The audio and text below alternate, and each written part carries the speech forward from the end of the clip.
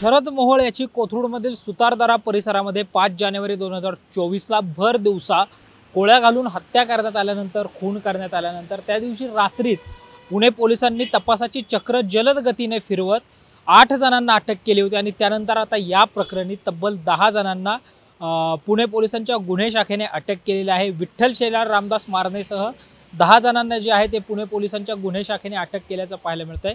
पनवेलमधून या 10 जणांना जे आहे ते अटक केल्याची माहिती मिळते। मात्र या सगळ्यानंतर या विठ्ठल शेलारला अटक झाल्यानंतर समोर आलेली माहिती अशी आहे की हा विठ्ठल शेलार भारतीय जनता पक्षाशी संबंधित आहे। भारतीय जनता पार्टीमध्ये त्याचा 2017 मध्ये तत्कालीन पालकमंत्री गिरीश बापट आणि पुणे जिल्ह्याचे माजी जिल्हाध्यक्ष माजी राज्यमंत्री संजय उर्फ बाळा भेगडे यांच्या उपस्थितीमध्ये प्रवेश झाल्याचं बोललं जातंय आणि त्यानंतर त्याच्याकडे भोरवेल्ला मुळशीच्या युवा मोर्चाचं अध्यक्षपद जे आहे ते देखील सोपवण्यात आल्याचं पाहायला मिळतंय। नेमकं विठ्ठल शेलारचा शरद मोहोळ खून प्रकरणामध्ये काय संबंध होता किंवा कसा सहभाग होता, यासोबतच या प्रकरणी आता आणखी कोणते मोठे खुलासे होतात का हे पाहणं महत्त्वाचं असणार आहे। कॅमेरा पर्सन पियुष येरवडेकरसह Sanket Deshpande, top news Marathi, Pune.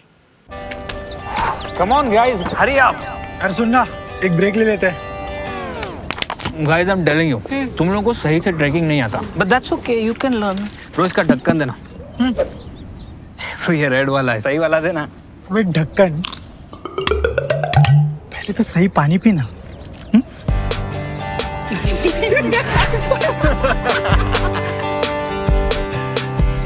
Manikchand Oxyrich, proudly Indian.